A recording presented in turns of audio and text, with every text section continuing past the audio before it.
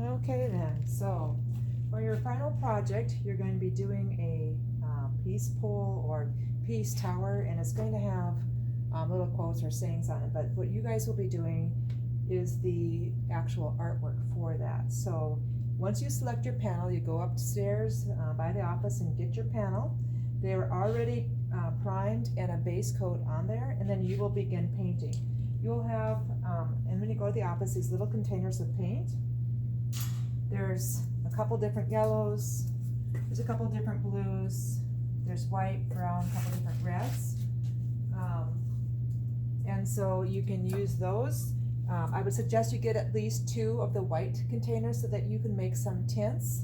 So if you want a lighter shade of the blue or a lighter shade of the pinkish red, you can do that, or the yellow, that's fine.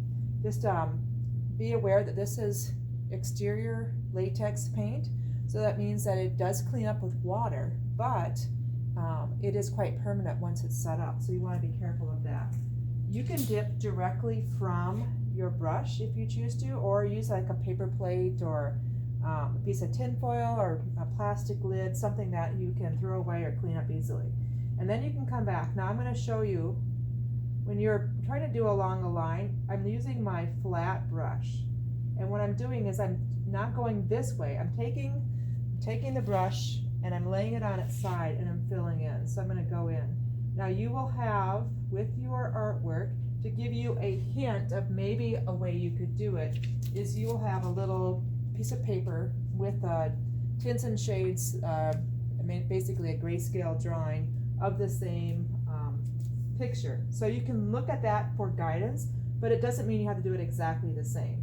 So I'm painting this little area white. I'm going to think this is kind of like a stream of water. So I want to get in to my little areas and make that like a white highlight. I'll probably come back and add some blue in some of the other areas.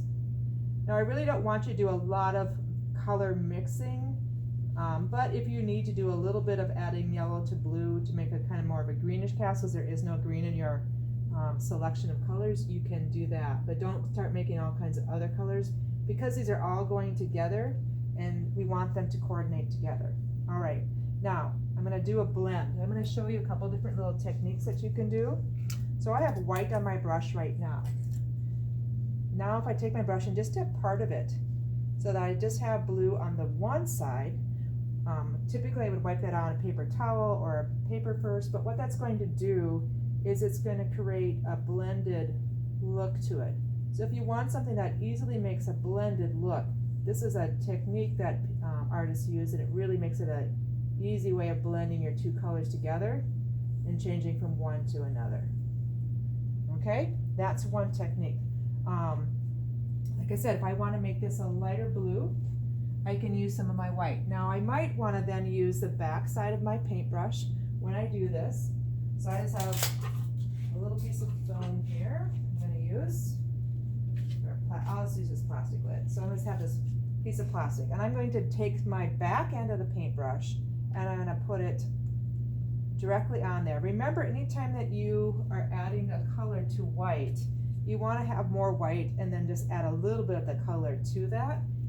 Otherwise the color, if it's a dark color, will just absorb the white and you will not make it very much lighter. So I have a little bit of my scrap piece of plastic that I would normally throw in the garbage. So you probably have something like that laying around the home, so you don't have to use your good dishes or something like that to put mix your paint. Then I'm going to take a little bit of this blue, and I'm not using very much, and now I can just mix that together and I will get a lighter blue. And if it's too light, then it's easier for me to come back and add in more blue. So I'm going to come back here, add another little bit of blue.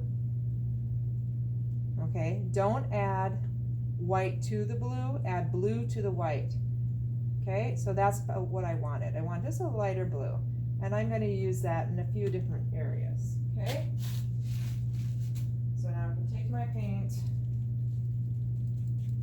and I'm going to maybe put that also in these other little areas. Now if the line, because I just did these quite quickly when I made these boards, if you don't like the line doesn't have a nice clean ending, you can readjust that how you think it needs to be, because you are the artist for this piece. Okay? All right, if you go over the black line, is that okay? Yes, that is okay. You can go over the black line.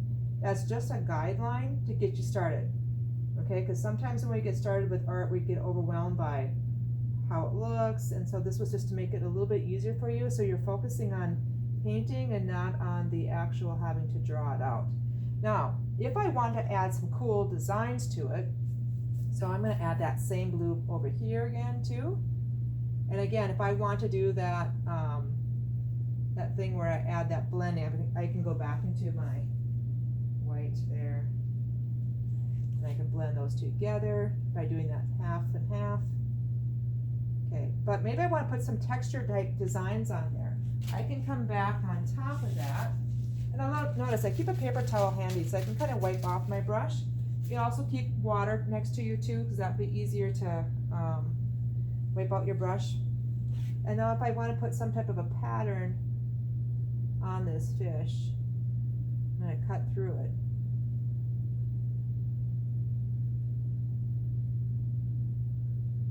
Creating this texture.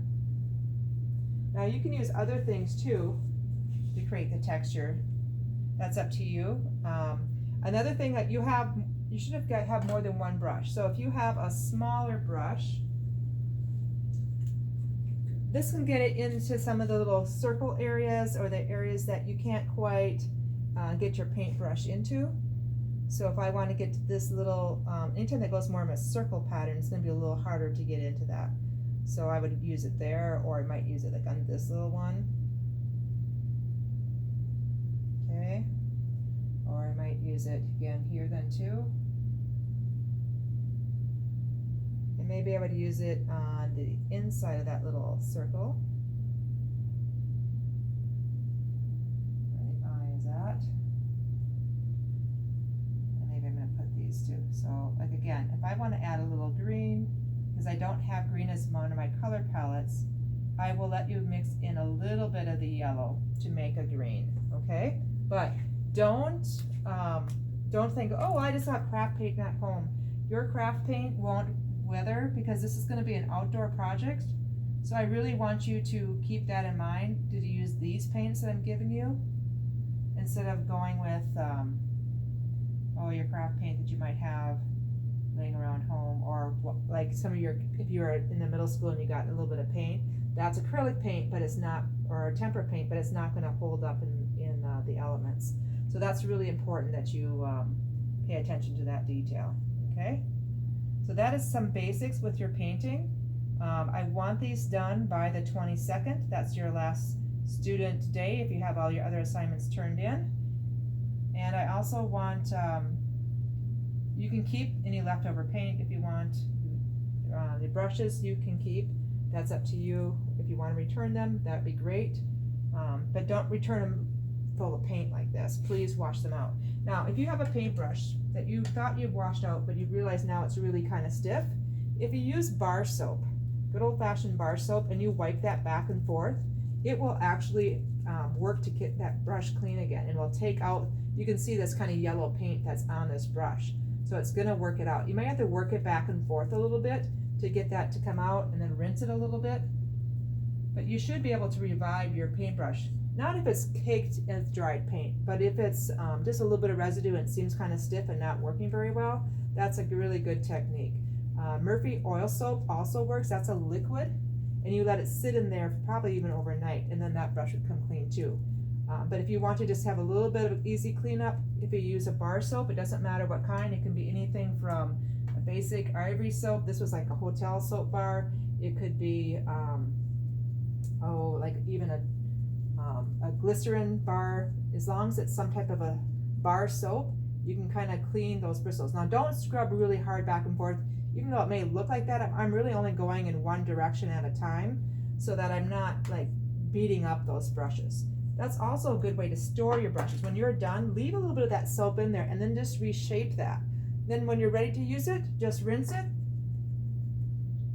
to get the soap out, and then you're ready to start again. So why would I do that? It just keeps them from getting all bent up if you have them sitting somewhere in your room, or on a shelf or something, and let's keep them nicer and better tacked. So now this brush that was really stiff before, I can now use, and then I can continue to paint. I'm not gonna paint this whole thing, but I'm just wanting to show you a couple different little techniques and to talk about the project. If you have questions, we can do an individual Zoom, or we'll be having our weekly Zooms as well. So anyway, we miss you guys. Hope this goes well, and then we'll hang these or put these all together on a tower. It's kind of like a three-sided tower that will hang up somewhere in town. I don't know if it'll be on the school grounds or if it'll be at a park. I'm not really sure, but when I get that detail taken care of, I will definitely let you know. Okay? Bye for now.